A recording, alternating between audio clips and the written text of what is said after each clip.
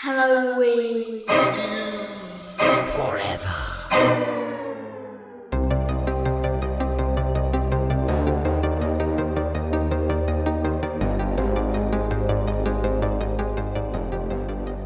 Good eve to you, Stephen. How are you faring this fine late summer's eve? I'm doing good. How are you? Pretty good. Hey, so interesting little story. This kid's knocked on my door today. Right? Just middle of the afternoon, just knocked on my door. And they asked if I could provide, some sort of small donation towards the local swimming pool. They got one of those local swimming pools up there.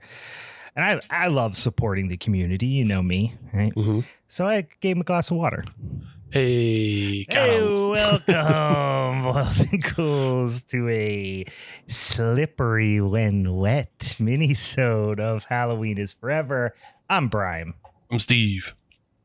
You see what I did there is I knew they wanted money. Right. But I gave them the water instead, like a donation to the pool. Literally a donation to the pool.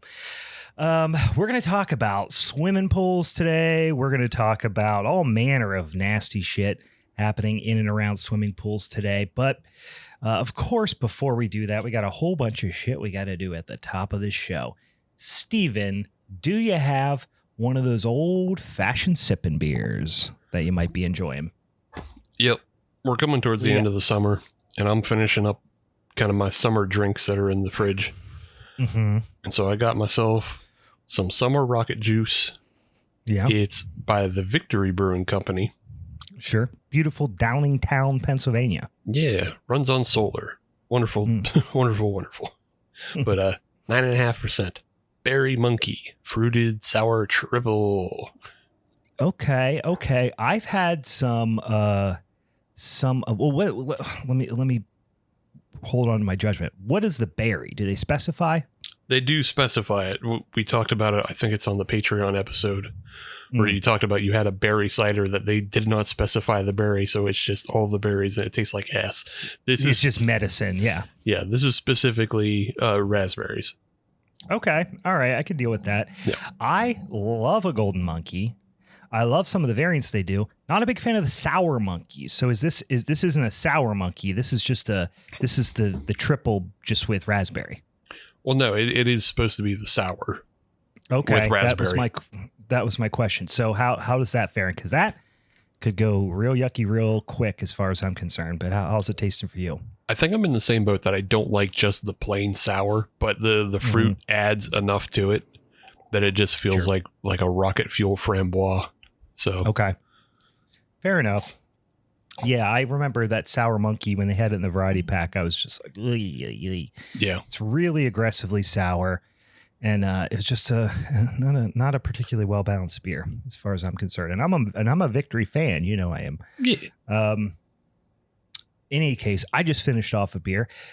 Unlike you, slacking behind, pretending it's still summer, I'm deep into the fall. Mm-hmm. I'm fucking with pumpkin beers. I'm fucking with spiced ciders. I'm fucking with Oktoberfests all over the place. This is, I think, probably my second or third episode in a row where I'm getting down on some festive beers.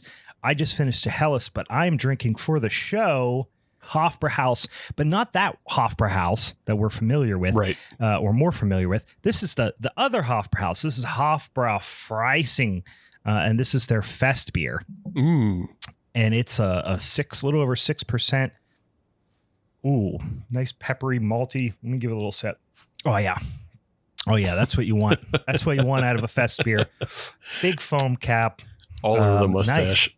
A little bit, but yeah, if you're in the Discord, you just saw a big old foam stash. Yeah, it tastes like a little, a hopped up high ABV Helles, which is kind of like what we want from a fest beer. Now, guys, our annual PSA, fest beer and Oktoberfest / Märzen style Oktoberfest, different thing. We're not talking about that amber, kind of more or caramely, toasted bread type of thing. We're talking about fest beer. So it's basically like a pumped up Helles, which I've been getting into both. I like them both. But this is definitely of the fest beer variety. A lot, deep gold. I love this brewery. Unfortunately, a lot of times when you find it, it's not the most fresh. But knowing that the Fest beer just hit the shelves, snatched it up, I'm going to drink it. I think I need to take a trip out to that dang old Vintage Estates. Because they got some out there. Sure. Yeah. I got this at Save on Beer there in Cranberry. Oh, okay. Because they got quite a nice little selection of Oktoberfest and import ones as well, not just the American breweries. Yeah, but what they also have, possibly, they do have pretty much all of the Schlenkerlas out there. Yeah, that's true. And I think I saw that there is a newer-ish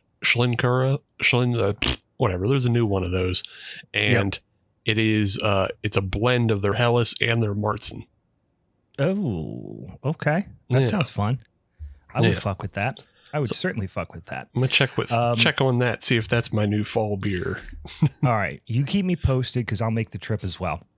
All right, so we got the beer skis out of the way, and we're talking about seasonal spooky shit, guys. I got a freaking Halloween shirt on right now. It's right around the corner. Spooky season is fast approaching.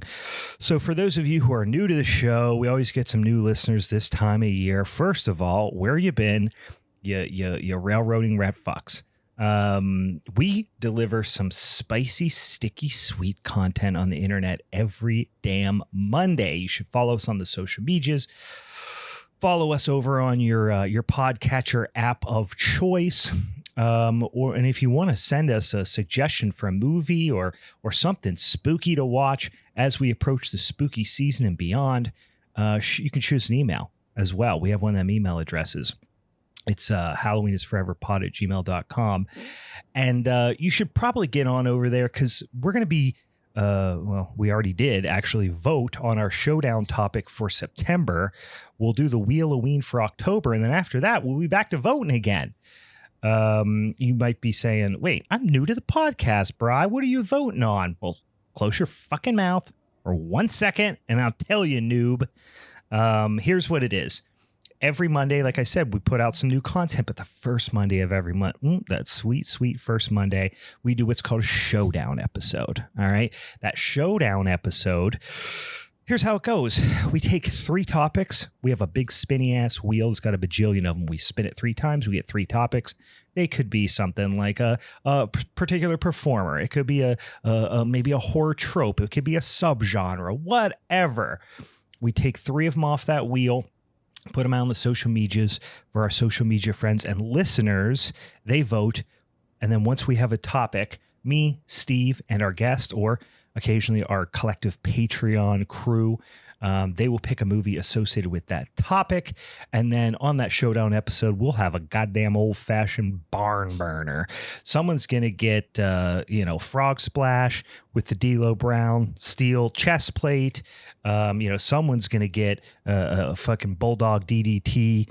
And eventually, after a series of close calls, a series of 2 counts, eventually someone's going to take home that son of a bitch and championship strap for the month. And then the next Monday, they'll have the opportunity to hand down a punishment movie for the for those insolent bastards who lost in the showdown. We announced last week that our September Showdown topic is going to be art for the sake of horror. Is that what it was called? Death for the sake of art.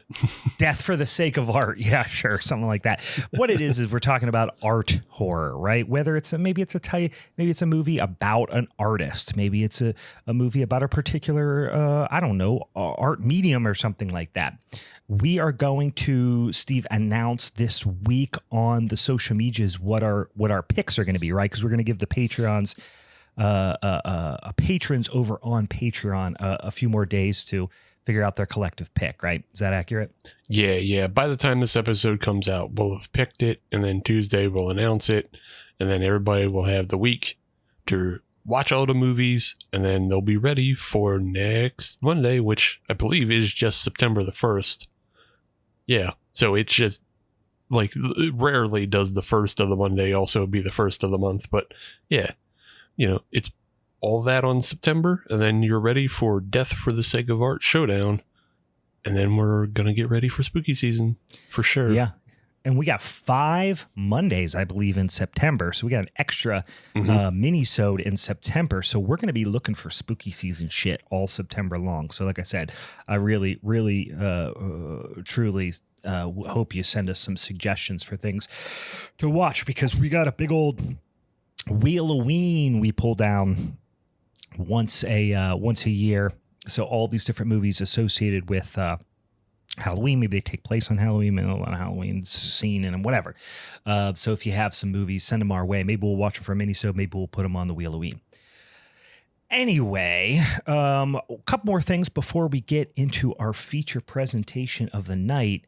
Steven, I hear tell we got some saucy new eps dropping over on the Patreon feed. Why don't you tell the bulls and ghouls at home what's going on over there?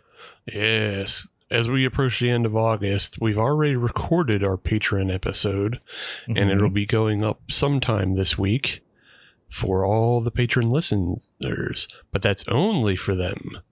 It's only for those who give us the $5 we so delight in. I crave your fiver. Give me your tasty paper monies. Yes, for $5 a month. There's a $3 tier. Go over that. That's a scam. All we do is you give us $3 a month, and then we just send you a picture of me giving you the middle finger. $5. That's where it's at, because that's where you get the Patreon exclusive podcast. What kind of content could they expect if they give us their paper monies? You give us the paper monies. Hey, that $3 tier, it exists as a way for you to like get a little taste, get a little under the nose candy. You get in there and you can read the reviews and recos. You'll be able to read the upcoming 31 Days of Horror that I write up in October. That's part of it. You also would be able to get your extra patron vote for the showdown. But what $3 tier doesn't get you the Discord, doesn't get you the exclusive podcast. And the exclusive podcast right now is 90s is Forever. Yes. And that's where we're watching shitty 90s comedies that have horror ties. And they all stink, and they all are made on cocaine. Yes, they are fueled entirely by mountains of cocaine. And I will say the most recent one, it does stink, but I would say it doesn't stink quite as much as some of the other movies. And here's the other thing. You don't have to watch the movies. In fact, in most cases, I would strongly urge you not to watch the movies, especially when we get back into our previous Patreon exclusive podcast series, because not only will you get the 5 episodes we've done already of this one, soon to be 6 or soon to be 5? Soon to be 6. Soon to be 6. You'll also get the 10 episodes we did of Youth Group is Forever, where I made Steve watch 10 consecutive months of shitty right-wing Christian propaganda horror movies. Those, again, some of them worth a watch, pretty funny, pretty stupid. Some of them, I'd suggest you don't watch them. They're not worth it. But listen to us make fun of them. And then even before that, maybe even more so than the Christian horror movies that are like, don't jerk off, don't be gay. I feel like the subtext of all of the Fast and the Furious movies, which is what we watched before that. Steve made me watch all the Fast and the Furious movies. I feel like the subtext maybe is even more harmful of those movies. Yeah. I hate them so much. And we watched all of them. I think the thing about the Fast and Furious films is like you could watch 1 or 2 and that's fine. And then you don't have to watch any other. Like just watch 5 and 8 or 3 and 8, and then you just get the idea of the entire series. Yeah. I would pose another suggestion. Don't watch any of them. But yeah, you don't have to watch any of them. But I mean, you basically get the gist. I think there are a handful of the Christian films that are worth maybe investigating at least a couple minutes of. Yeah, the one with the sick cars. Yeah, the one with the sick cars. The one with the crazy pastor who made his own video. Like, I think that was fun. Just because the visuals in that are so fucking crazy for a Christian right-wing video, like that's actually kind of worth watching. Yeah. But yeah, otherwise, stay away. And then, there's some in 90s forever that are worth looking at because they're so insane. I think people should like try to see how long they can watch Last Resort before shutting it off before they get a headache. Yeah, and also do hallucinogenics and then watch Last Resort because it's got some wild visuals. There's a lot of things you're going to watch and go, the fuck am I looking at? Yeah. I don't know if you're going to be able to stomach the acting. I don't know if you're going to be able to stomach the improv, but you might be some fun, quirky Looney Tunes fucking visuals to look at. Anyway, I keep saying give us your paper money. It's not paper money. It's pretend money. It's play money. It's on your credit card. You subscribe on there and it's a subscription. It's every month. You don't have to worry about it. It's pretend, guys. Yeah. Go give it to us. Give us your money. Give us the money. And then you get all those fun things. And you can also hang out with us as we have some friends currently in the Discord watching the live recording of the podcast before Yins get it on the podcatcher apps. All right. Anything else, Steven, before we get into this doozy of a flick? I just wanted to make note that in the Patreon episode, I told you that the next 2 episodes of 90s is Forever were going to be really bad because the movies were really fucking terrible. Sure. And I was wrong. It's the next 4. It's the rest of the series. The rest of the series is going to be fucking torturous for you. So just if that's another way to sell it to people to give us their dollary dues. Yeah. I tell you what, the last one was by far the most watchable, which was Dr. Jekyll and Ms. Hyde. Bonkers movie, fun performances. Not necessarily funny, but there were a couple of scenes that were funny. But not overall a funny movie, but a silly watch from 1995. And good God, I don't even want to know what's on the docket for the next 4 if they are bad, even in comparison to, Mission to Moscow, Police Academy part whatever, Mission to Moscow. That was fucking just a nothing burger. All right. Well, let's get into a movie that I did not think was a nothing burger. I thought it was a tasty little treat, albeit a mean treat. Very mean. We're going to talk today about a film from this very year, the year of our Lord, 2025. We're going to talk about Bring Her Back. Stephen, this was your suggestion. What prompted you to want to talk about this movie on the old Minisode? Well, it was a couple things. Like, one, I believe when this movie originally came out, it just didn't fall right in our kind of recording schedule. So, like, I think it came on like a week where we were doing a showdown, and then after the showdown, we do a punishment. And so, as far as SEO goes, when you're 2 weeks past, it's kind of not worth doing the record. Everybody's already done their take and everything. But now it's out on, this week it's out on Blu-ray and DVD. So I was like, yeah, let's do it. We can bring it back. Let's do it. Let's double dip. Yeah, this is brought to you by the directors of Talk to Me, which we both liked quite a bit, which is Danny and what's his other name? Danny and Michael Philippou. Philippou, is that how you say it? I think so, yeah. The Philippou brothers.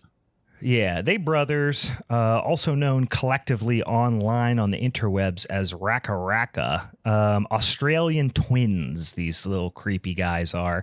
They're YouTubers, filmmakers, obviously. They also stunt performers, which I did not know until watching this movie and looking up a little bit on them. But this is their kind of follow-up to the really well-received, not only critically, but certainly publicly. Like, I think it did pretty fucking good in the box office as well. 2022's Talk to Me, which is really, really fun. Was 2020 or was Talk to Me in that, because it has been, a few years since I watched it. Was Talk to Me A24 as well? I assume so. Yeah, I think it was. Yeah. Okay. Yeah, this movie, for whatever reason, had a little bit more of a how should I say, an A24 vibe, but the higher end tier of A24, right? Because there's some A24 films out there that are stinkers, right? But I think this had a little bit more of that, so that's why I questioned it. Yeah. But so I think the technicality with that is Talk to Me was produced by different companies, and A24 is the American distributor. Gotcha. So A24 just like this probably screened at a film festival that was seen somewhere, or Talk to Me was seen somewhere, and then A24 saw it as, you know, a viable picture to pick up, and then maybe they did a deal after that, and you know, because they also did distribute Bring Her Back. So, but the original films were produced under different production companies in Australia. Gotcha. Yeah, this is a this is a, I don't even want to say a fun flick, because it's not fun. No, it's a real feel bad film, but it's really well done. And I would say pretty much across the board, really beautiful film to look at, really great cinematography, looks great, sounds great. I don't think there was one performance that wasn't all the performances felt like standouts.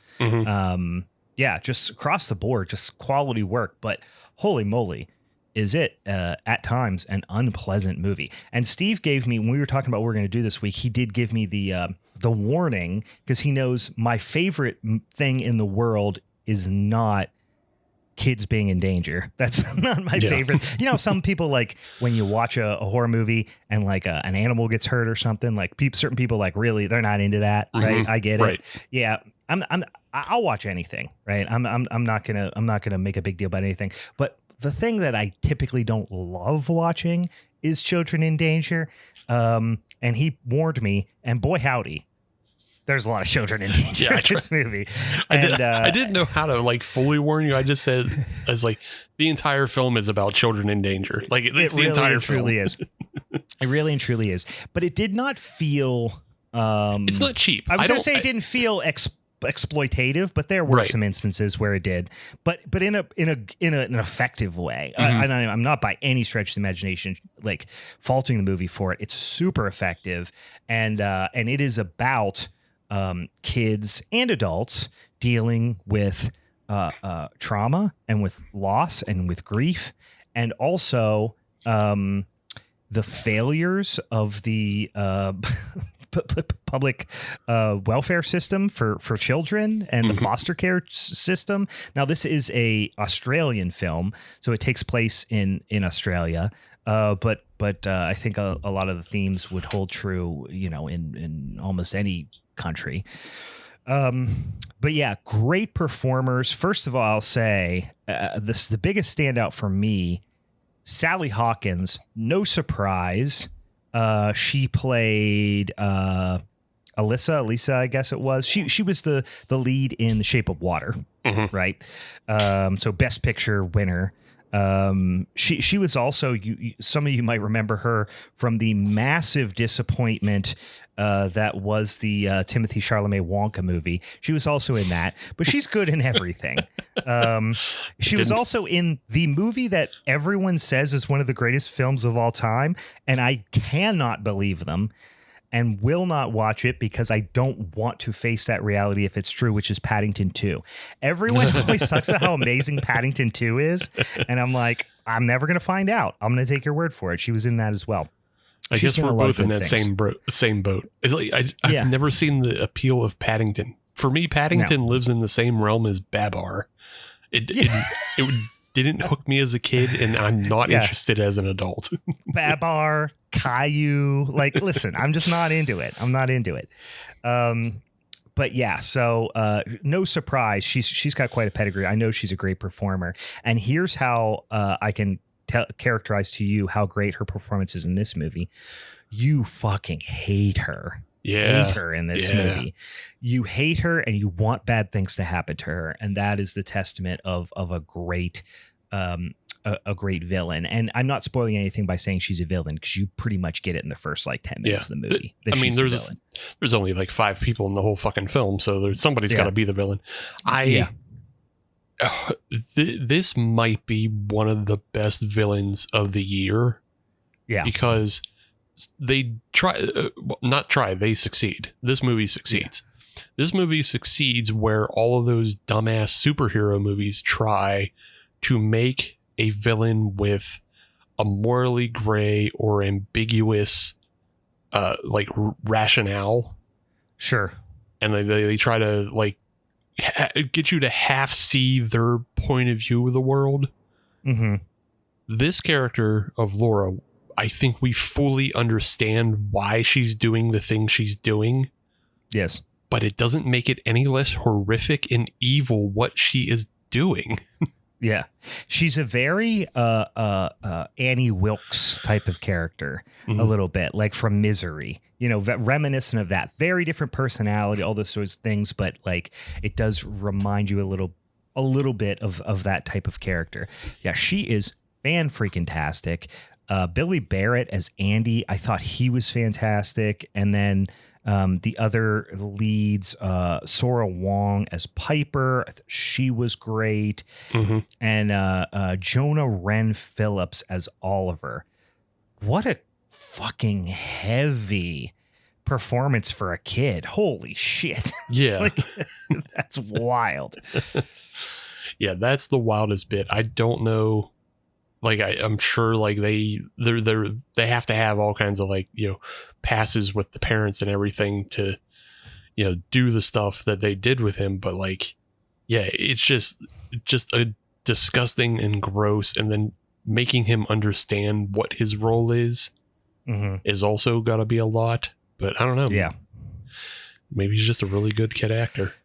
Yeah. He obviously he's extremely talented. I mean, this kid's got to be like, he can't be more than 10. Right. Right. Yeah. Maybe he may be 11. Like he's 10, give or take. And it's just very impressive.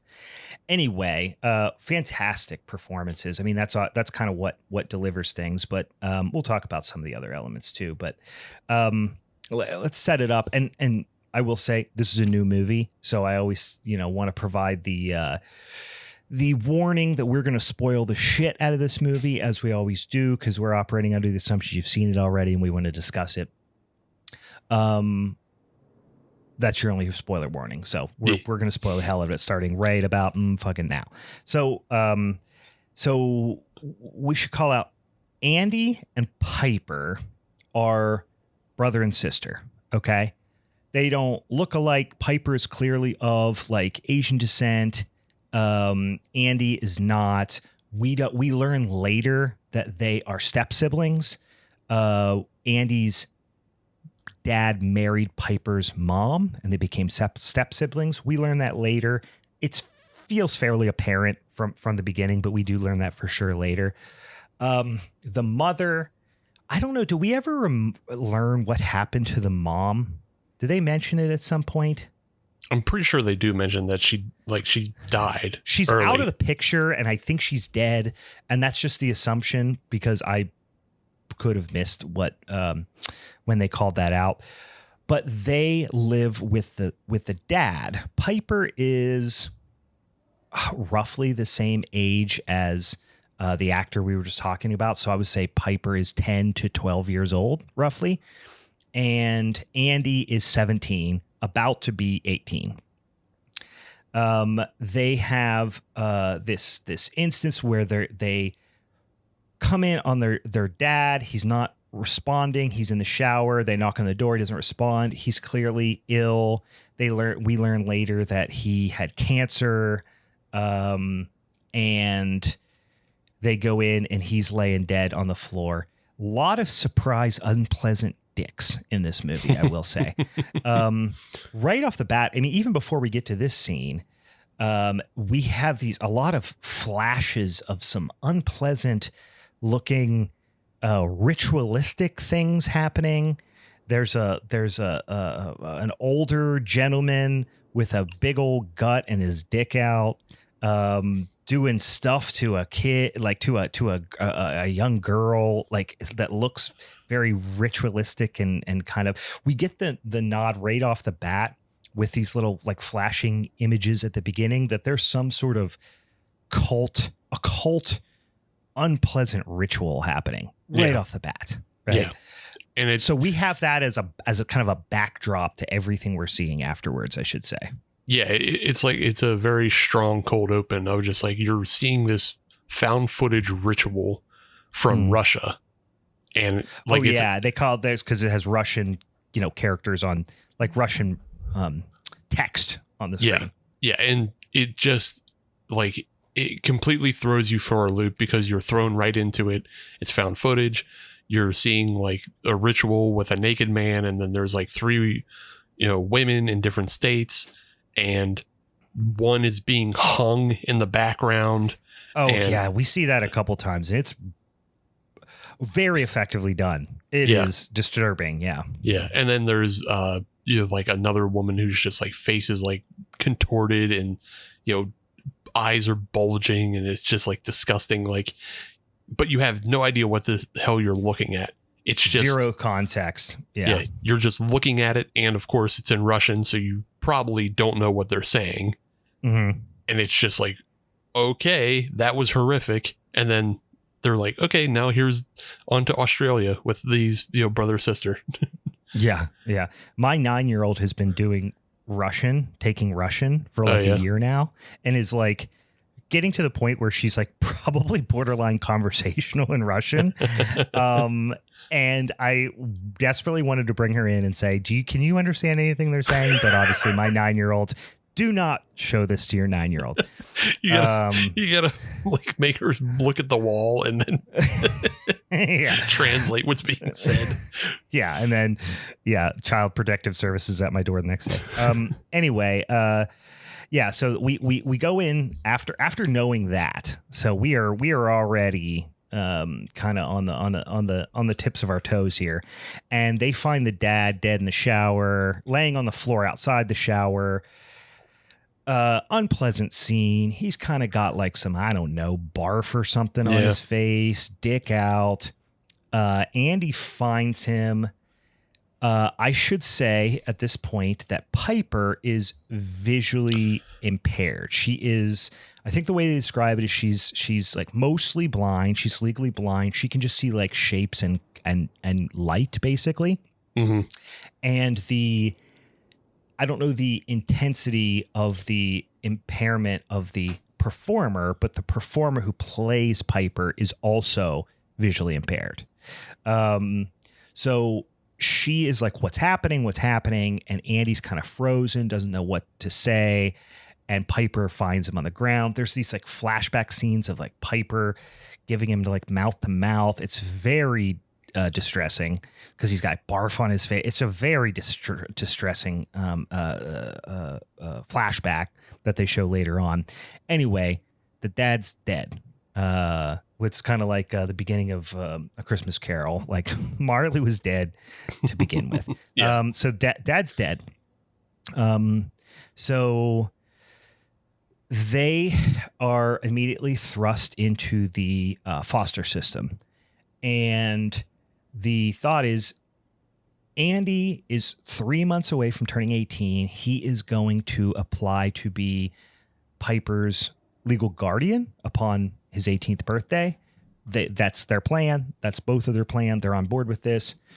But in the meantime, they have to go stay with Laura. They are originally going to split them up, but this ideal circumstance jumps out where they're going to go stay with Laura. Laura is a former counselor, and she has other kids she's fostered over time. She's currently also fostering a boy who she calls Oliver, and Oliver is, she explains, selectively mute. He doesn't talk. We learn pretty quickly, Laura, we're getting a lot of red flags from Laura right off the bat.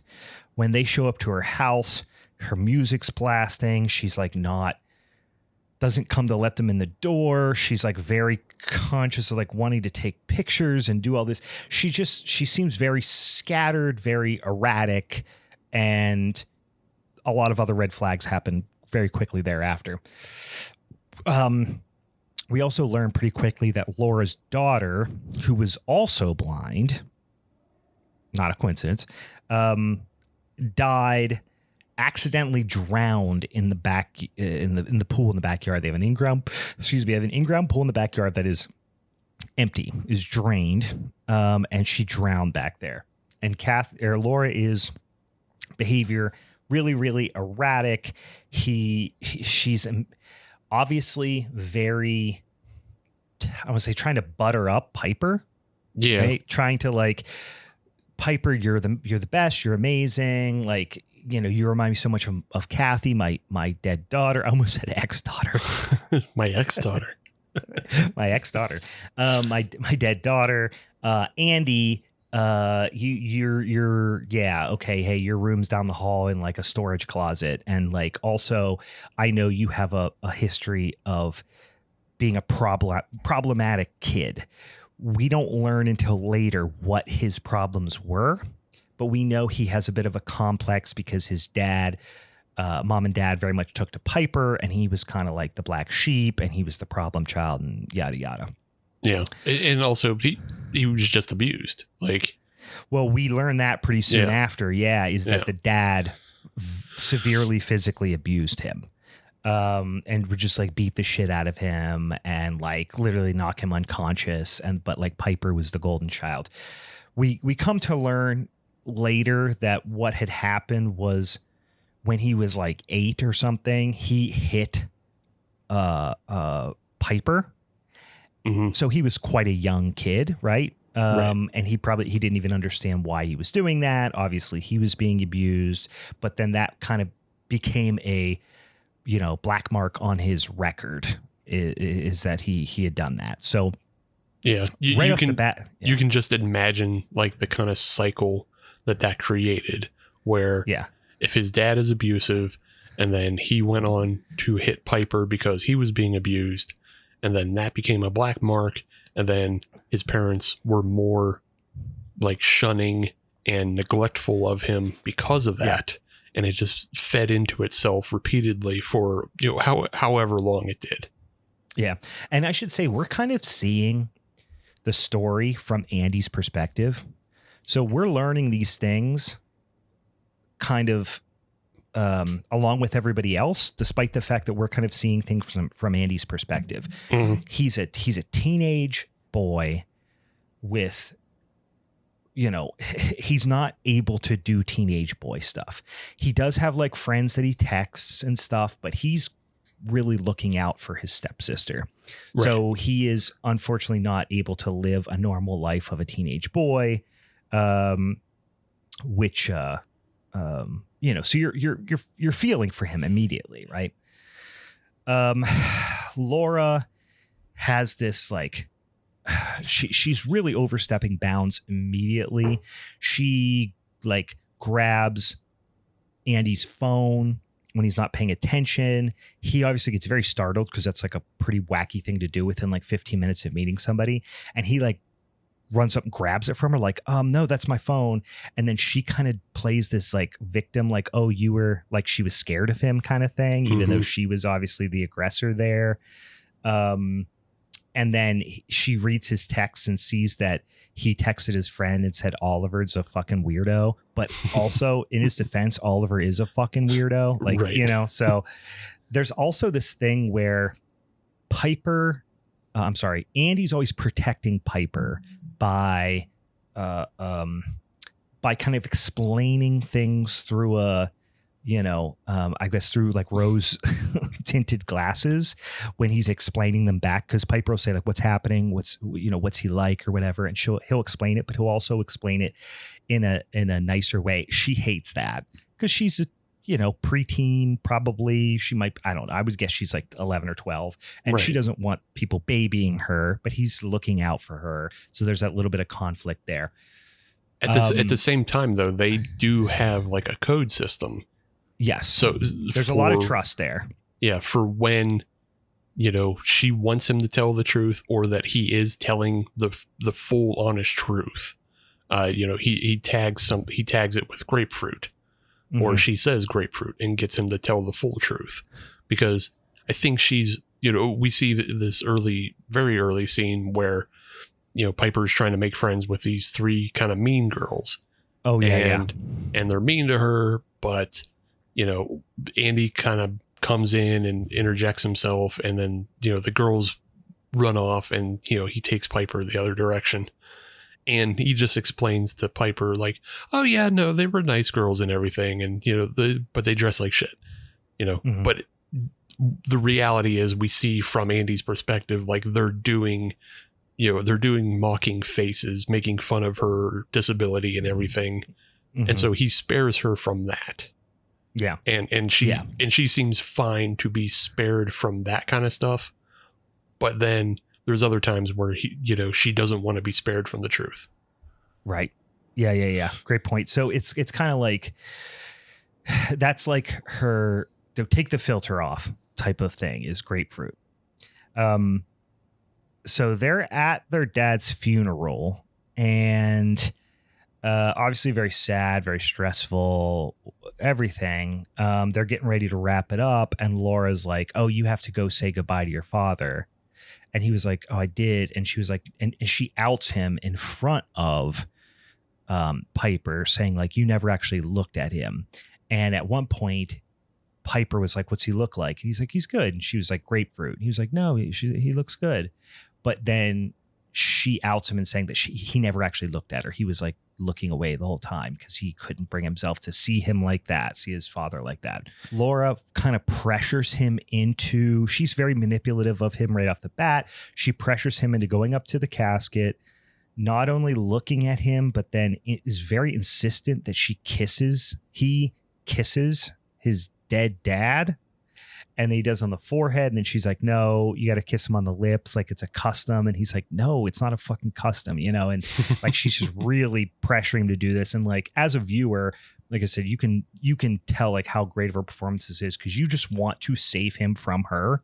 Like you just want to clothesline her and save this like 17-year-old from this like manipulative, horrible person. But then whenever Andy goes away, she actually gets out scissors and cuts a bit of the dead dad's hair. So you're getting all these signals that she's doing some sort of ritual. If you know anything about dang old demon ritual shit, she's collecting some shit to do a ritual. And we know this. And we already saw a little bit of that at the beginning, right?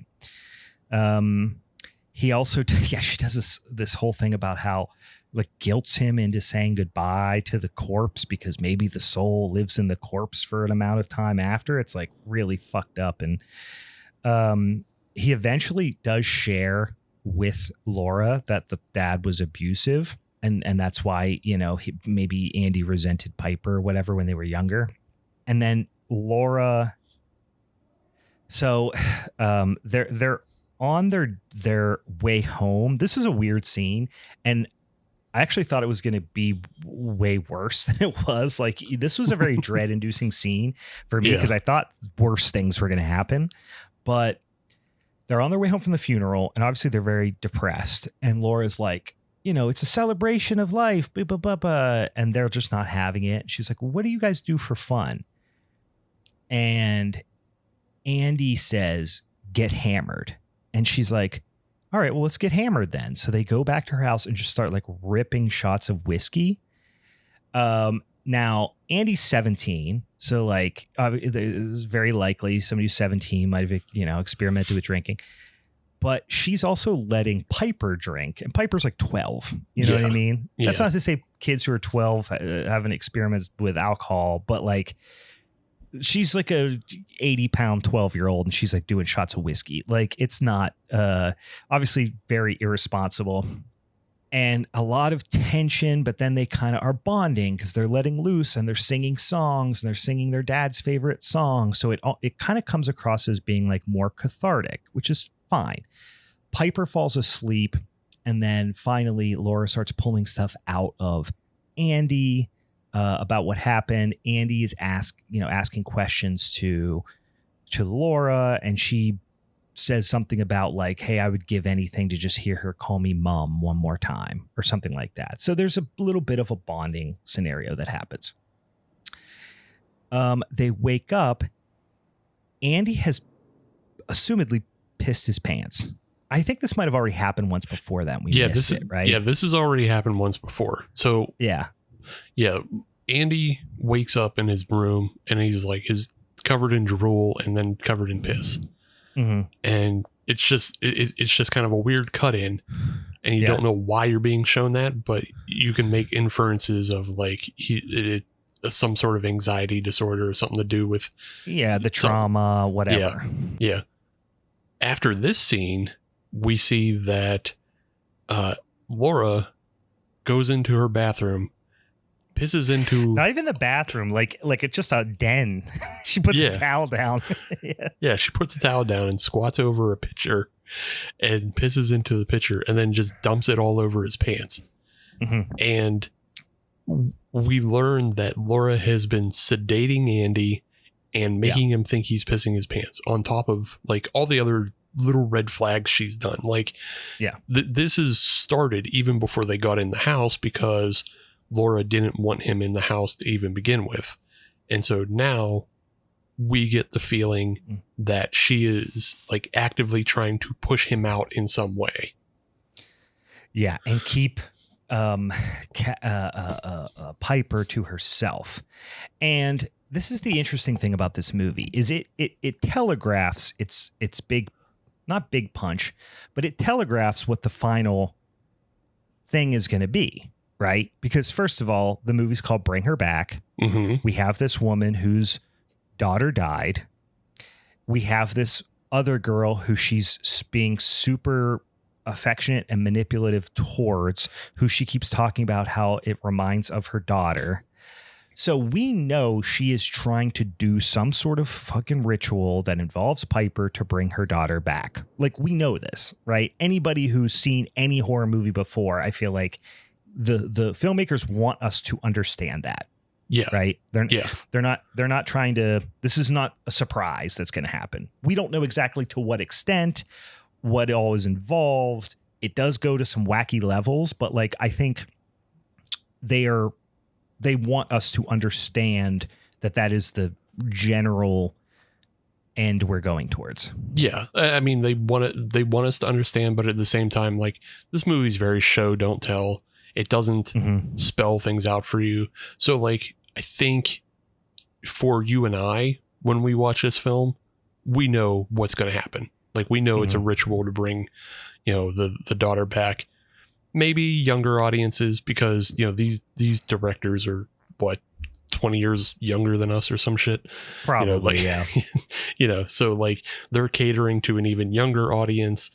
And so like this may be, the first horror movie for a lot of people, or, or Talk to Me is like, that's the thing I find interesting, that like one of my early theater memories is that 2003 Texas Chainsaw Massacre remake, because it fell right in line with like, I'm old enough to go to the rated R movies by myself. And so like me and a bunch of friends all went to it.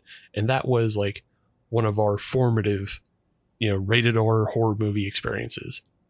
Sure. I like the film, but it's kind of a junk film. Like, it's that film is full on exploitative. Let's see Jessica Biel's sweaty belly button and, horrific violence. Yeah.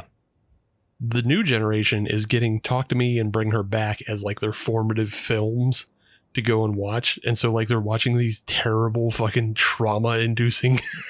Yeah. This is going to be an intense first horror movie. Yeah. Yeah. I think that also, like, if the directors were if there's a line to toe, if that's the line to toe, they towed it pretty well. Because it kept jaded old ass horror movie fans like us interested, but also, for younger audiences, they might have gotten a surprise out of that too. Mm-hmm. The other thing we should mention is we haven't been talking about it a lot, but during all these other scenes with like Laura, Andy, and Piper, like they're kind of doing their own thing. At the same time, Ollie is just wandering the property and torturing animals. And like he goes up to a chicken coop that Laura has on her property, and he's just like making that sound cats make when they're hunting an animal. Yeah, just pressing his face against it. He's acting peculiar, let's say. Like he's a weird little boy. He's being a weird little boy. He's very skinny. He's walking down, with the cat. Like he's very preoccupied with the cat. He's staring at chickens. We don't exactly know what his deal is at this point, but he's being a real grade A weirdo at this point. I think that's the other thing I really love about the film is like when we first meet Oliver, he's just like we can assume he's one of those like emotional problems kids that just like likes to hold the cat too hard. And like we kind of understand that as a person. We're like, we all knew that kid. Yeah. You know, we all knew the kid who petted the cat too hard and just like was a little too nonverbal and like, stared too much. But then like when you learn what Oliver's condition really is, you're like, oh, sure. Yeah. And they lock him. They just lock him in the room. Like he needs to hours be at a time. Like hours and hours at a time. So the next day after the drunken craziness, Laura makes a big show of, oh, look, Andy peed his pants, like not in a taunting way, but in a really trying to undermine Andy's ability to be a guardian and a protector to Piper, because obviously she wants Andy out of the picture. She wants Piper to herself for something that we don't fully understand. But again, as like horror fans would understand that we're going towards some sort of end here with Piper. So she's like, hey, we're going out to also Andy and Piper have a very like she likes to bust his chops a lot. And like say how much of a loser he is and how much she hates him, but she actually obviously loves him, depends on him a lot, and has a lot of trust with him. But she's like, yeah, we're going shopping. It's girls' trip, no boys allowed. And she's like, yeah, you can't come, blah, blah, whatever. So he's left in the house with Oliver. Oliver's locked in the bedroom. He doesn't know he's locked in there, but he hears him making noises, goes back, finds it's locked, and is like, this is fucked up. So he like picks the lock.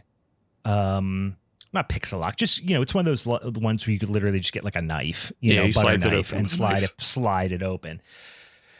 He's in there, doing weird kid shit. He sees him when we should probably call out that Andy is not bathing or showering because he's afraid to get in the shower because he keeps having.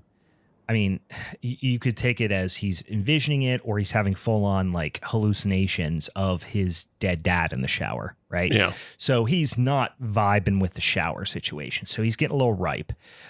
So he goes to once he tries several times to take a shower, but it's just, again, it's affecting him too much. He eventually goes outside in the cold and is literally like bathing himself with like from a spigot outside. And it seems to be like November, it's like it's cold outside. So June for them because they're upside down. Yeah, perhaps maybe. Yeah. Oh yeah. Probably June for Australia, but like it's cold outside. Yeah. And he sees Oliver up in the window. Now we see Oliver smash his hand against the glass earlier, cut himself all up, and now he's like a bandage on his hand. So he's doing wacky shit, but then we actually see him smash a fly against the glass and eat it. So, and we also see a scene earlier where Laura's talking to him and saying like, I know you're hungry, but like we're not ready yet. Few more days. So now we're starting to pick up on the idea that Oliver's hungry and that's why he's eating flies. And that's why he's staring at the chickens.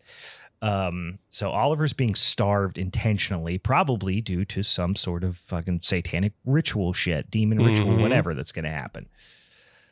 He goes up, lets him out, and he's like, you got to write on a piece of paper, like I get it. You can hear me, but you're not talking. Like maybe you can write down on a piece of paper. he's like, are you hungry? And he's kind of like knows he shouldn't eat. And again, great performance by this kid because he's communicating this all, which is with his like body language and facial expressions and minimal facial expressions because he's supposed to be like kind of disconnected. But he's like obviously desperate for food. And Andy is like cutting up a melon. And he's like, all right, well, but Andy doesn't know how hungry he is. So he's like, well, this melon isn't free. You got to write me something on that piece of paper. Well, Andy, doesn't know he's like torturing this poor kid. But the kid just writes, we learn later, he just writes bird on the piece of paper. Like, who the hell's, what's bird? What does that mean? Mm-hmm.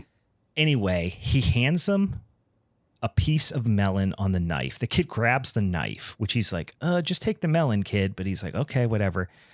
Turns around, comes back. Not only is the kid eating the melon, but he's like, how would you describe? He's like gnawing almost on the knife, like pressing it into his mouth. Yeah. And like cutting up his gums and his lip. And it's a really gnarly scene. He's not only trying to eat the knife, he's eating the knife the wrong way. Because if you were pressed and told to eat a knife, you would turn it so it's flat side in, and then you would crunch down on the knife. I'm sure like a sandwich. Yeah, that's the way Jaws would do it. That's the way Killer Croc would do it. Any other person in the world would try to do it that way. But no, Oliver does it in the way that the knife blade can slip between his teeth and into his gums. And that description is just as disgusting as it appears in the film.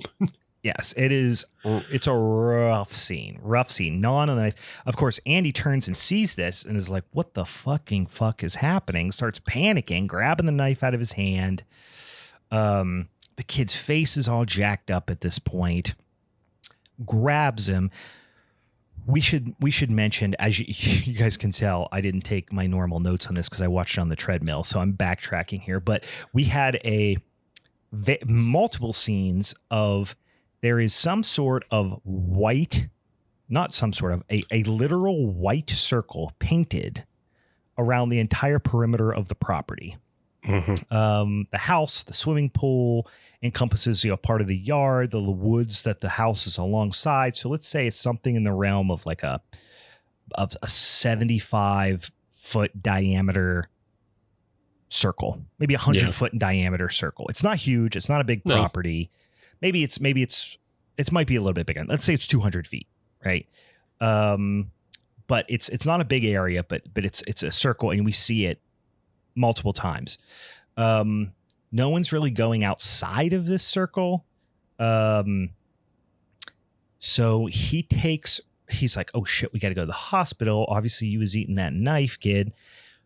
Is carrying Oliver outside to his car because no one else is home, obviously. We get to the circle and Oliver just plants his feet, will not go outside the circle. And Andy is like, bro, we got to go. Come on. Pulls him outside the circle. And he just things start going real kooky for Oliver. He's flipping out. He's kind of having some sort of like spasms. He's like foaming at the mouth. There seems to be something moving around in his torso, in his stomach or his chest cavity or something. He's just having a plain old bad time outside the circle.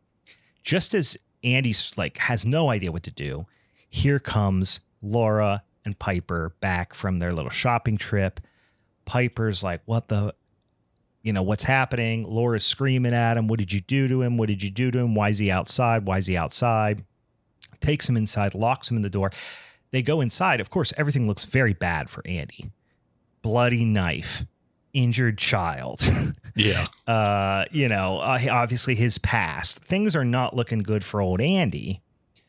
And now Piper's starting to get scared of what's happening as well, right? Like, what's Andy up to? Because obviously Laura's plan is working. This worked although Laura, it's affecting Laura's plan negatively, it's affecting positively the portion of Laura's plan where she's trying to undermine Andy. Yeah, she gets her way with that, but it is such a weird scene when she comes home and then she has to take him into the bedroom. Andy doesn't question the fact Mm-hmm. that she just takes Oliver into the bedroom and into the house instead of to the hospital. Yeah. Yeah, like the original plan was. Like it seemed that, like, and again, it's just more of Laura throwing red flags upon red flags. Yeah. But what Laura does in that scene is, like, she takes him into the bedroom, and then, this is where she pops in the tape, that we had seen at the beginning, Mm-hmm. and she's looking for like some sort of answer within the tape, and like comes across like, if I do like, these little circle formations on his head, he'll calm down. Mm-hmm. And obviously as an audience, we know that Oliver is probably possessed, and now she's trying to keep something that's possessing Oliver inside of Oliver. Yeah. I mean, there's even a point where Oliver is like kind of coming to, and he's like, who are you? Where am I? He's talking in a normal kid's voice. He's like, what's happening? And then, she's desperately watching this video, this VHS tape, trying to figure out exactly what she needs to do to get him back in the state. So she does little circle motions on his head, and also feeds him the lock of Andy and Andy and Piper's dad's hair. Feeds it to Oliver, which is a wild thing to do. So there's a bit of like ARG that's attached to this film. Mm-hmm. It was for the promotion of Bring Her Back, and they set up this website called the blackangeltapes.net. Mm-hmm. And it's supposed to mimic like those kind of old websites from the early 90s, from the mid 90s, that they're just like 2 colors, and they only have and it's like a dark web type thing where they're selling these various videotapes, and one of them is this ritual tape from Russia, and you can go on and like you can look like you're gonna buy the tape, and then you can find comments on the product, and there's a bunch of comments under the product by a poster by the name of Pom Pom. And Pom Pom is the name of Laura's dead stuffed dog. Yeah, which we didn't mention. It's not that big of a part of the plot, but yeah, she has that's one of the red flags. Is she's like, I want to introduce you to my dog, not telling the blind girl it's dead, and then scaring her by barking. It's the whole thing. You're just like, they do such a great job of setting up that she's a fucking nut, Yeah, but like one of Pom Pom's comments under the videotape is, I need to leave host at home for a couple hours. How do I keep it subdued? And like, there's another, the seller replies, try 10 waning crescent movements, but only anti-clockwise. That should keep it still for a bit. And then like, it's just a bunch of more comments of like, as her control devolves, of like, like what happens if it's eating a bunch of different things and different stuff, like not bodies, but objects. So like she sets up a lot of the things we see with Oliver and, on this website. But I guess, the rest of the site is also tied to past projects from Raka Raka, Talk to Me, and then, keep an eye out, because it should be, I don't know, you might see something for a new project come up on blackangeltapes.net. Because like all of this stuff is, in the same universe. Yeah, that's fun. Yeah. I like that. Yeah. So Andy finally tries to shower again. He's eventually interrupted by Oliver, but which he hallucinates is his father. And the father says like, she'll die in the rain. So we got a little bit of a clue here. What the hell's happening? Andy slips, bashes his head, knocks himself unconscious, wakes up in the hospital. And now he's kind of stuck there, right? Laura's trying to keep him in there as much as possible. And meanwhile, Laura is really taking this opportunity to like lean in heavy on Piper. He's like, they're dancing in the rain. He's putting, her dead kid's clothes on her, really trying to connect with her. She takes her out to this padlocked shed. It's actually a great scene because he's like, I want to show you something. And then it goes and it's just like the sweater. Then he's like, I want to show you something else. And it's and he's having him touch something in a freezer. Now, us jaded horror nerds were like, God damn, that's the dead kid. The dead daughter's in the freezer. We know this. Yeah. But they don't show it. So like it's I think, again, they're doing a great job of kind of, I don't know, walking that line. But yes, it is in fact Kathy's frozen corpse. And we get the reveal that Oliver is possessed by a demon, which we kind of knew was the case, right? And Laura had summoned it through essentially this like amateur occult resurrection ritual that she learned from this Russian VHS tape. That she bought online. So yeah, like she literally is DIYing on YouTube how to bring my daughter back to life. Like that's exactly what she's doing. She went down a long rabbit hole. Like this is what I like about the psychology of the character is that you can imagine a mother grieving, spending all her time online. She quits her job as a counselor, and then she goes on this deep dive on the internet alone, and then she finds this website, and she, just against all, like with all hope that she has left, buys a fucking crazy, insane Russian, tape, and then starts to follow it.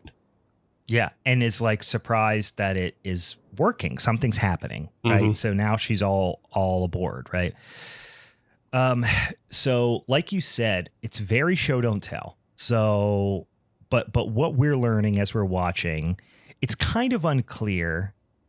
But basically, the corpse of the person that's going to be resurrected in this point is Kathy, is literally fed to the possessed host, who then regurgitates the corpse and apparently its soul into the newly dead body of a person that had to be killed in the same way that the person you're looking to resurrect was killed or died. Doesn't necessarily have to be killed. But like for this, so essentially what that means is the Kathy died by drowning in the pool. What had happened was this was an empty pool, but when it rained, it gets filled up with water. Okay. So this was assumedly a functional swimming pool at one point. Kathy had fallen, I think, like hit her head. I don't even think they say, but when they show her in the pool, there's like blood coming from her head. Yeah. So she must have hit her head and then drowned. So now Kathy has all these little spouts and things. Not Kathy. Laura has all these little spouts and things going into the pool. So when it rains hard, they'll get some water in the pool, and then she's going to drown Piper in the pool, and then make Oliver eat Kathy's frozen corpse, and then regurgitate the corpse into Piper's dead body, and then she will have her daughter back in Piper's body. That's the plan. That's the master plan. They don't tell us that, but we are picking up on these little bits as we go. We see in the Russian tape really grisly images of people just eating corpses, like possessed people eating corpses. We also see at one point Oliver starting to go to town on Kathy's corpse. Like she lets him in at one point and just starts munching on it. And I thought to myself immediately, either this is a damn satanic ritual, so she's got to eat the corpse and then somehow like barf it into the new body, or this is a very high risk game of is that cake?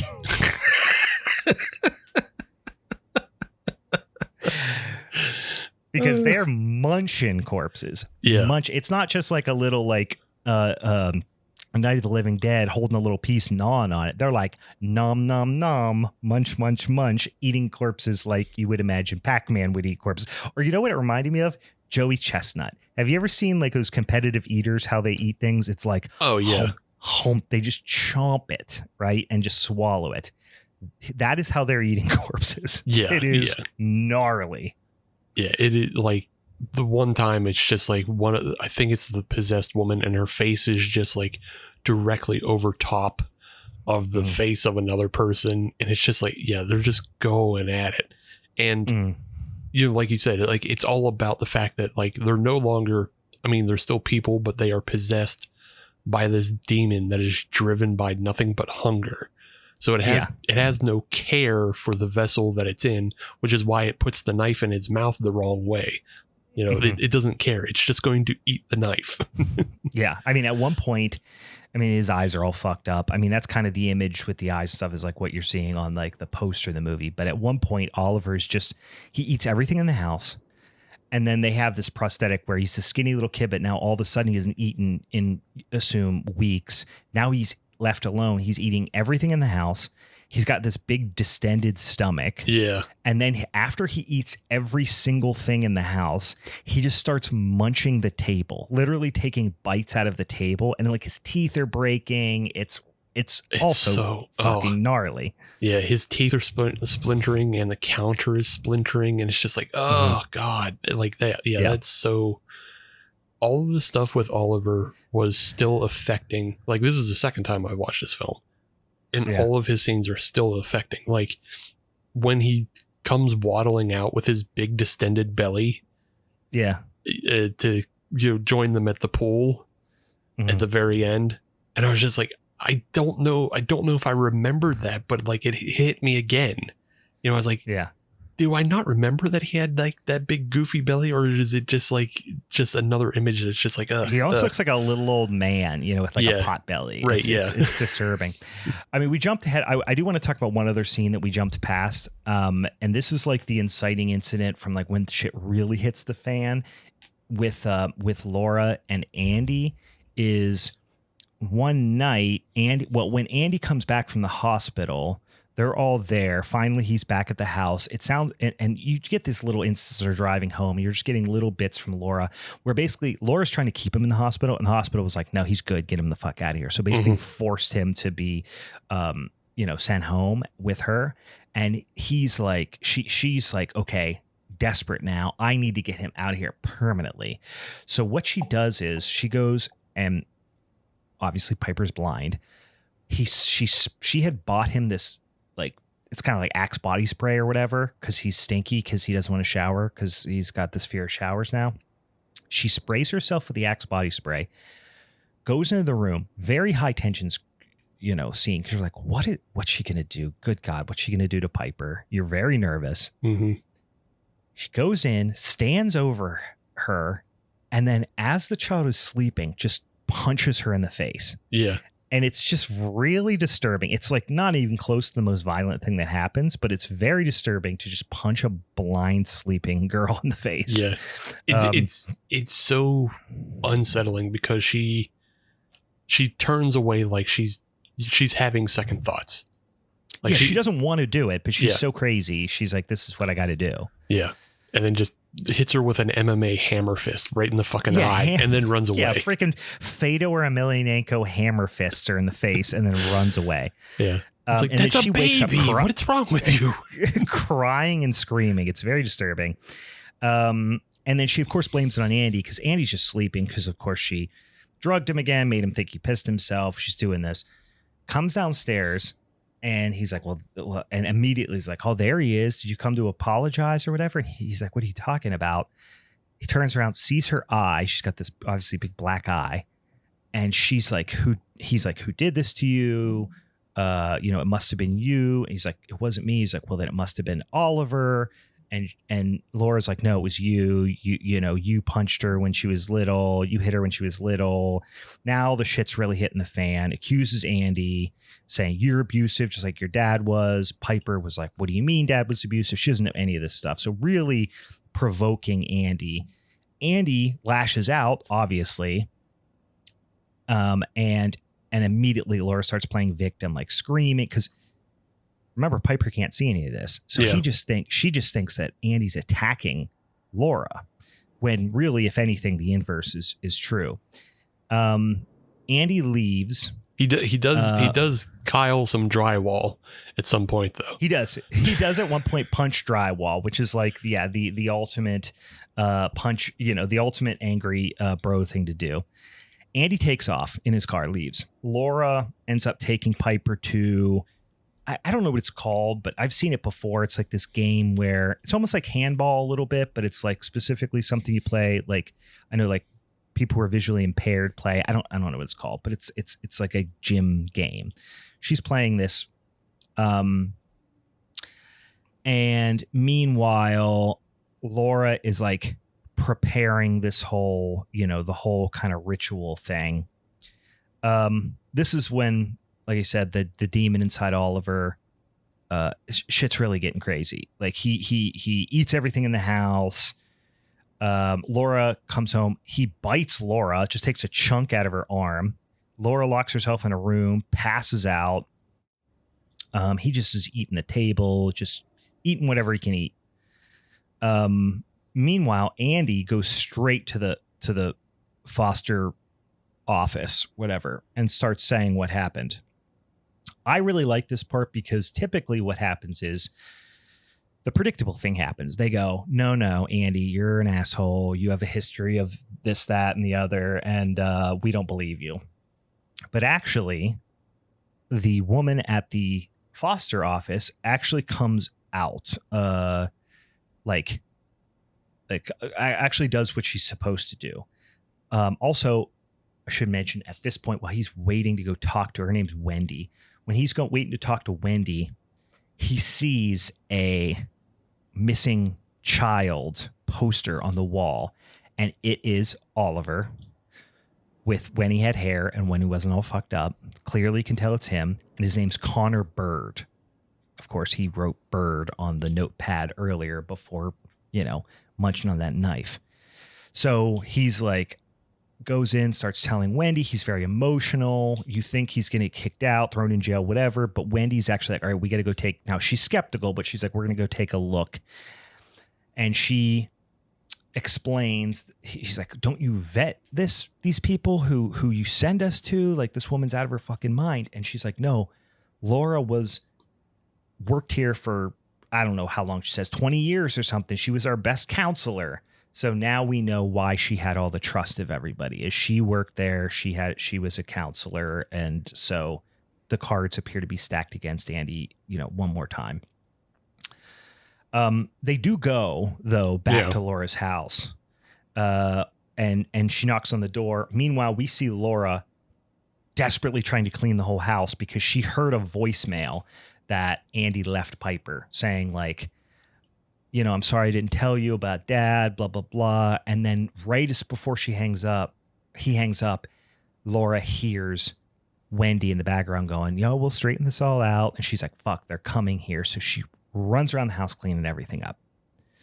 So she does the old sweep all the dirt under the rug kind of thing. Yeah. She doesn't thoroughly clean up, but she does clean up enough where on the surface it looks okay. But then upon further inspection, Wendy starts seeing some things that are a little bit sketchy, but nothing alarming.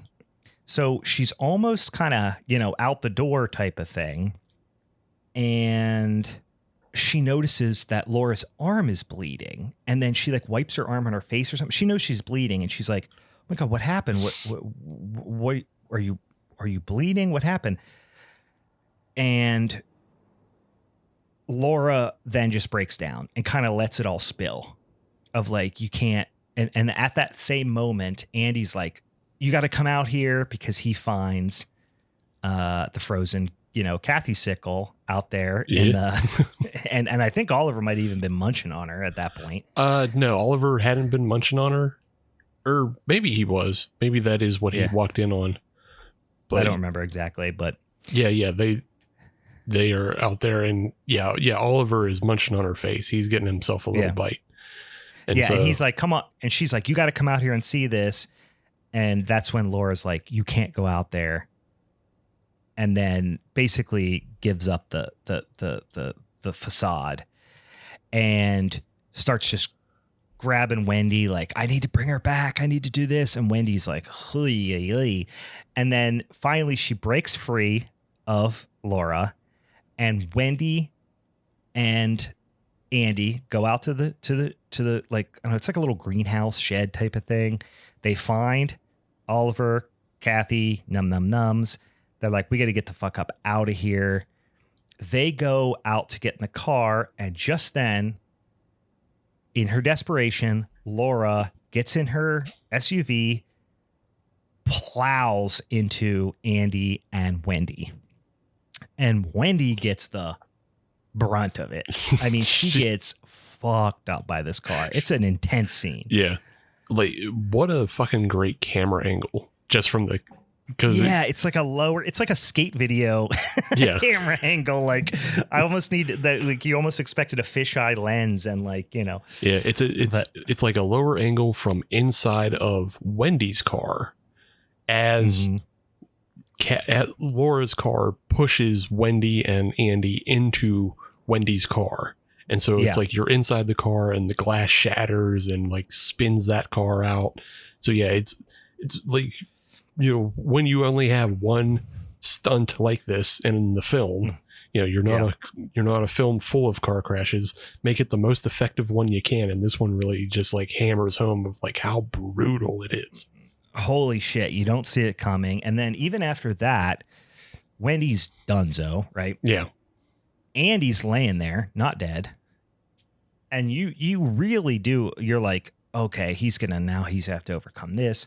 Laura goes over. He's like laying in a puddle. Laura literally flips him over and just holds his head in the puddle and drowns him in the puddle. Brutal. Because you really think Andy's going to save the day at some point. Nope. Laura drowns his ass in the puddle. And even after that, like, Piper is hearing his name and you think like, oh no, Andy's okay. He was faking. He did. She drowned his ass in the puddle. Laura goes out and finds Piper, or Laura goes, picks up Piper from the, the practice, whatever the game they're playing, and brings her home. And there's even like a scene where like Piper's starting to get real spooked because she goes in and one of the coaches is like, hey, I wanted to talk to you about Piper's eye. You know, the thing you should do when you see what appears to be signs of abuse. Right. And Laura's like, not now. And just like freaks out at them. I want to be like, that is a surefire way that I'm not letting you leave with that kid. Yeah, it's like, I'm going to call somebody. I don't know how far up the chain, but I'm calling somebody. Well, and this is also the thing that's like frustrating and also scary about it here is it's like that social horror aspect of it too, because Laura is this very petite woman, right? Yeah. Andy is like an average or a slightly above average size, maybe 17-year-old boy. Like he could physically handle Laura very easily, as could most people. She's this very petite person, but it's that social horror aspect of like, what is overstepping your bounds? You know what I mean? Mm-hmm. Obviously with Andy, it's different because she has this thing she's holding over his head, but even the other adults in this instance are like, I mean, you could prevent her from leaving with this girl if you wanted to, but like, what's the right thing to do? You don't know. Yeah. And So, yeah, I mean, because like, obviously, the person, running this sporting activity doesn't really know Laura. Like, this is the first time Piper's been there. And so like, they're not that well acquainted. So it's like, it's weird. Like, how do you overstep your bounds? Maybe there's just something else going on, Yeah. So yeah, it's that weird failing of like, you as the audience have to watch, this girl be thrust into danger because somebody was being too polite. Yeah. So they get home. Obviously, Piper knows something's wrong. He's like, where's Andy? And he's like, oh, Andy's downstairs or whatever. She goes down. She hears Andy's voice, which at first you're like, oh, Andy he didn't die.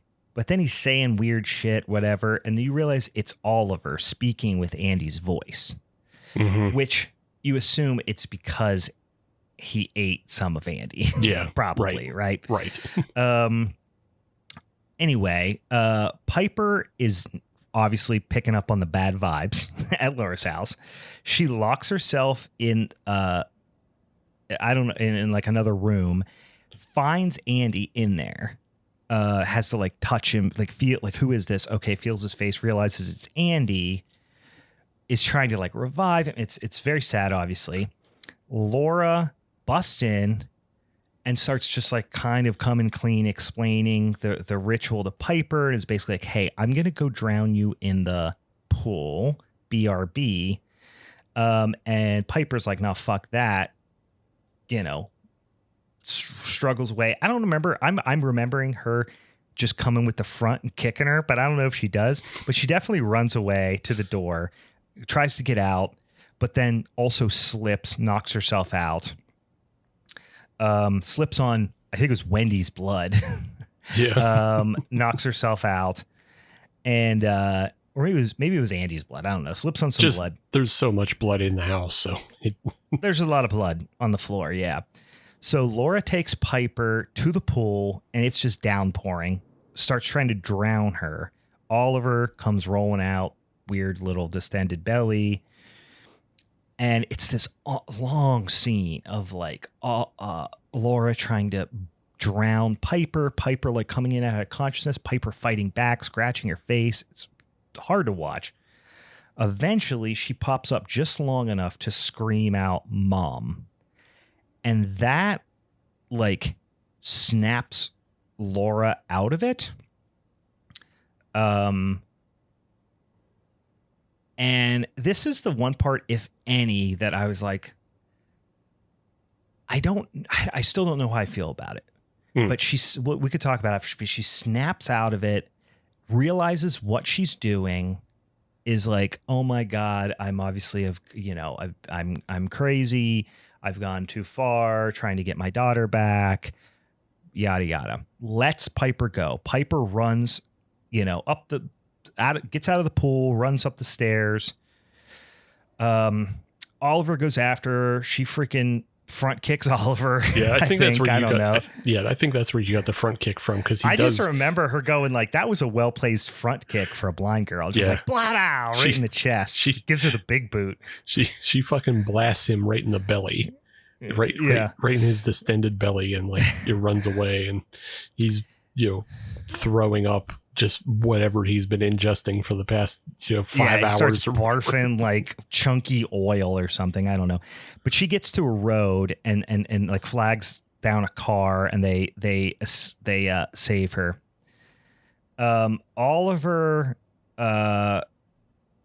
ends up just like going kind of like, I don't know if he comes to the conclusion like the ritual is ruined or somehow the kid who's inside starts to come through, but he decides to go outside the circle, outside the painted circle, and just lets because what we learned earlier, now that we know it's like some sort of demon, is once it's outside the circle, the demon inside just starts going wild. And like, it's very painful to Oliver, obviously. But at this point, you don't know if it's the demon kind of giving up or if it's Oliver kind of coming through. But in any case, Oliver goes outside the circle, the demon's wriggling, blah, blah, blah, blah, blah. You don't know if he's like just killing himself or what, but we do see that like cops arrive and find Oliver, who he's now talking with his regular voice. He's like, my name's Connor Bird. They save him, right? Laura is not doing great. She is just floating in the pool with her previously frozen dead daughter's corpse, just kind of like snuggling it, floating in the pool. And also, we should be clear that the part of the corpse has been eaten. Mm-hmm. So it's just not a great, it's not a pretty sight. No. As the cops pull up and are like shining flashlights on him and stuff. And that's the end. It's a real feel bad movie. Very well done. Very well done. Yeah, very well done. Really effective. it's a day ruiner type of movie potentially. Yeah. So, yeah, there's a couple of things I wanted to touch on about how well this is done, but we can talk about your thing about like her letting her go. Mm-hmm. If you want, like, I thought it was fine because they already set that up earlier in the film, because she said she would do anything to hear her call her mom one more time. Yeah. And yeah, it's just like there is such a deep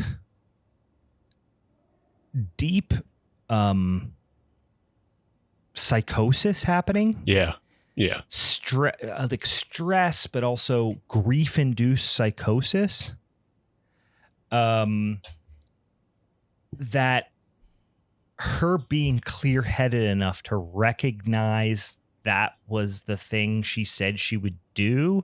So are we meant to think that she's living up to her word, that she would do anything, including let her go if she heard mom, or if it was just like that was supposedly the secret word that snapped her out of her psychosis? Yeah. I think either one. I don't know if I love either one. I think it just being the one thing that like snapped her for just enough time. Like that's all that was needed was just enough time for Piper to leave. And then once Piper is left, you know, she can just deal with the fact that like, yeah, instead of killing another girl, I should just die in this pool instead. Yeah. I'm not asking for, and I think it was a better ending than if they did like the old, oh, just kidding, Andy wasn't dead. He's there and he's got a rifle. You know what I mean? Like, yeah, I'm not saying we got to do that or what I thought was going to happen was something happens maybe outside the circle, whatever, but ultimately Oliver comes out of his trance and long enough to foil Laura's plan somehow. That's what I thought was going to happen, which would have made sense.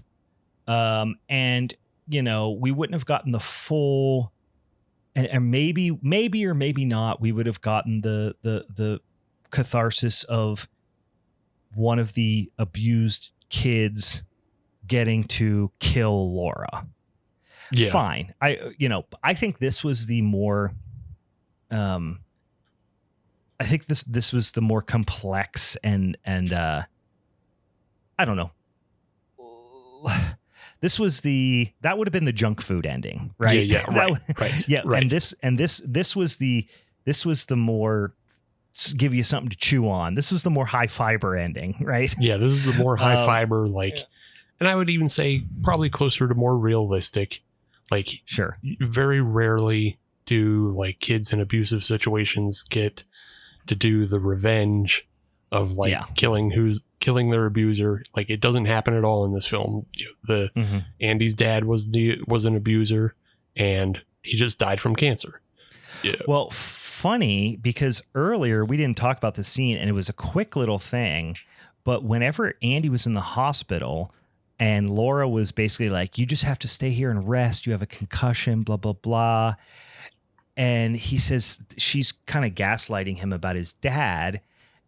Andy, you don't know if she said it or if Andy heard her say it, but he says something about his dad, and he's like, well, did your dad die, or I killed your dad, or something like that. She says something about how she killed the dad. And then when he's like, what did you say?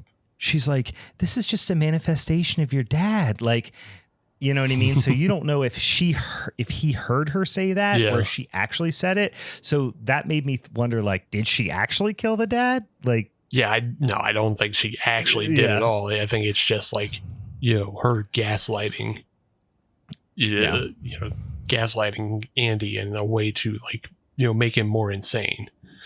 Yeah. I think she just saw opportunity when they came up in the system of like, oh, here's a blind girl in the system. Give me that blind girl. Oh, she got a brother. Don't want that brother. Damn, you got to come along. I'll figure it out, I guess. Yeah. No, you're probably right. I like this ending more than the junk food ending, but I don't know if that I don't know, that part just that was one part I didn't really love. Yeah. There's the scene that I like that's in the end where Piper is like, she's in the back seat of the car of the people who rescued her. And as she's going, she's hearing the voicemail that Andy left, or at very least it's being played over top as audio. Maybe she's hearing it, maybe she isn't. And then just that incredibly heartbreaking thing where she looks up at the sky and sees, a plane passing overhead, which goes back to the beginning of the film where, Andy is telling one of his white lies to Piper that, anytime you hear a plane, that's somebody's soul going up to heaven. And I was like, that's just such a heartbreaking, like, and it sticks with that kind of white lie theory of like, and you can even, I don't think Piper is that dumb to not know that it's a plane. But you can infer even further to be like, oh no, Andy's not there to tell her it's a plane. So like there's a lot of that. Or even I told you, like, maybe that was Andy's soul going up. Right. Yeah. I mean, that's what it's supposed to be. Yeah. It's Andy's soul going up to heaven is what, you're supposed to feel. But also it's like, oh no, like nobody told her it's just planes.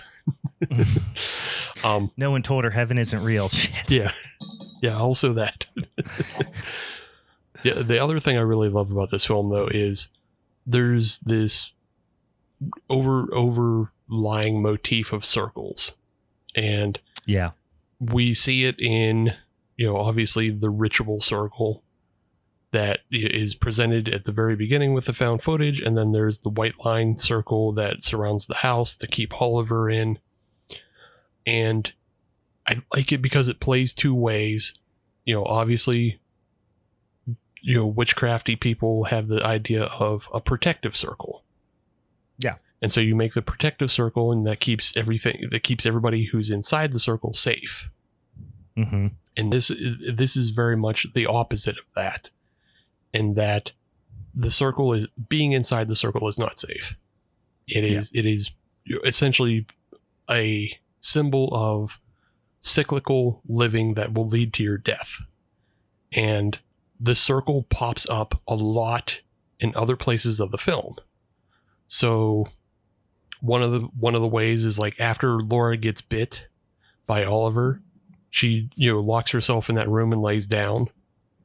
The rug that she lays down on, big circle, just a big circle.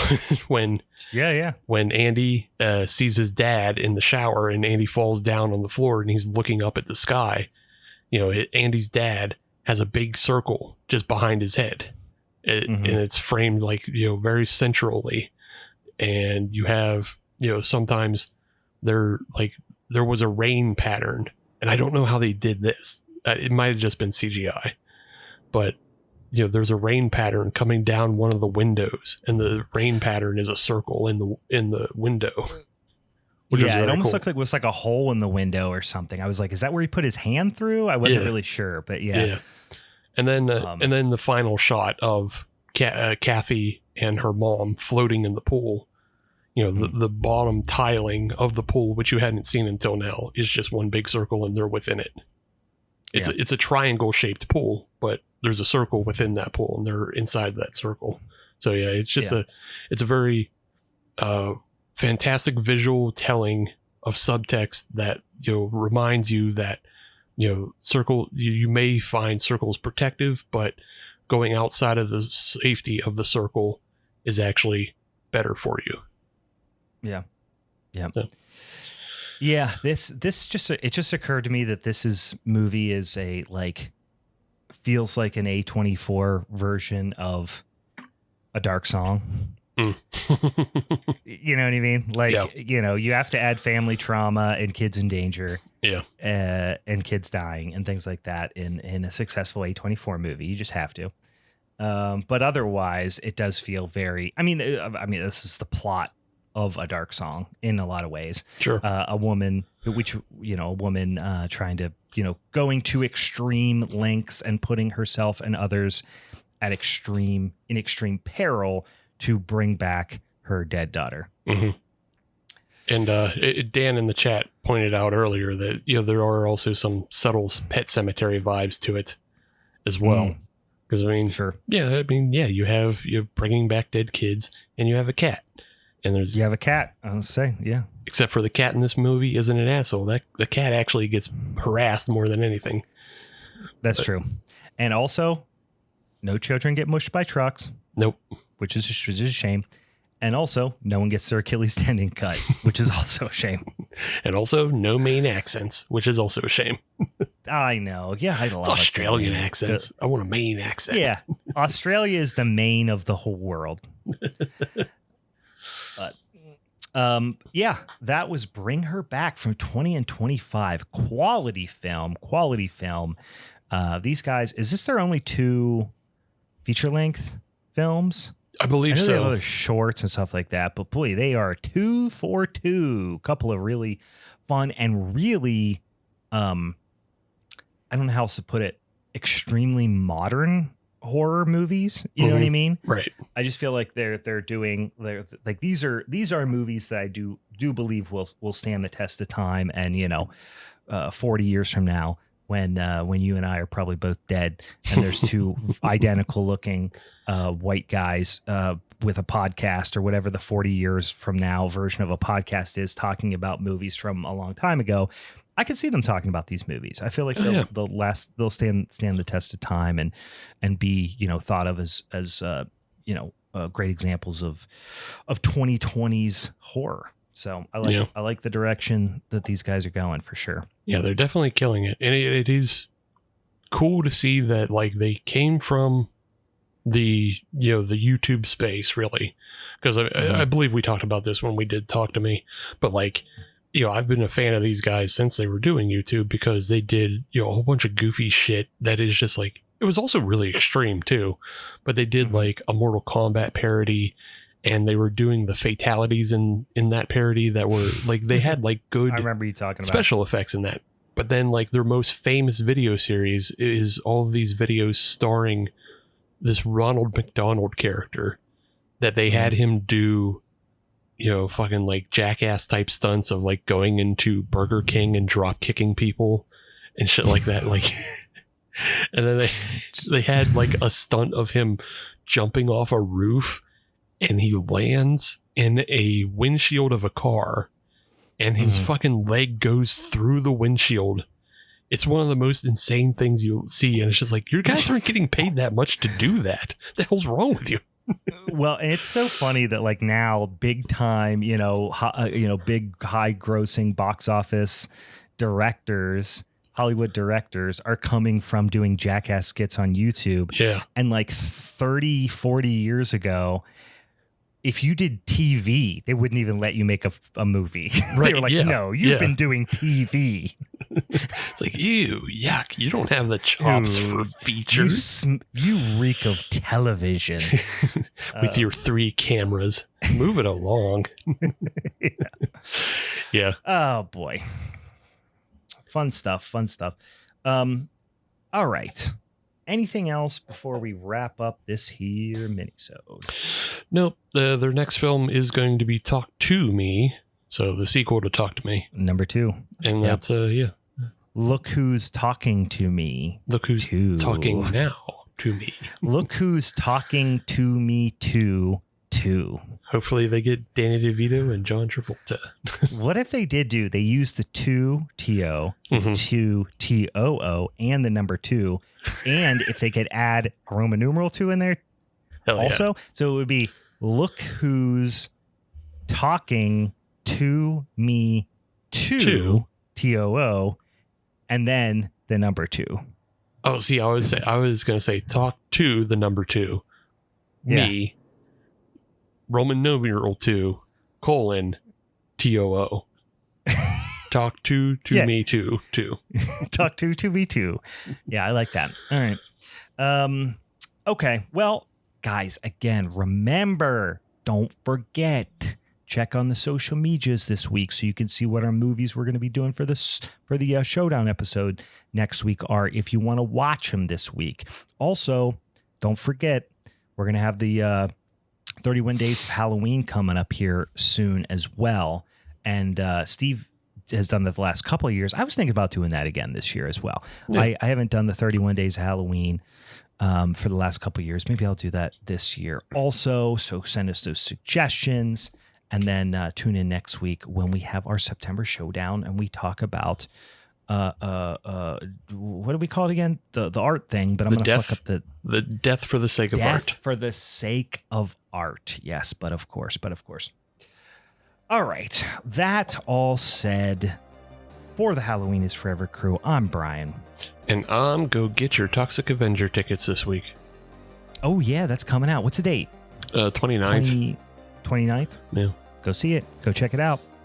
All right, bye. Bye. See you, squids.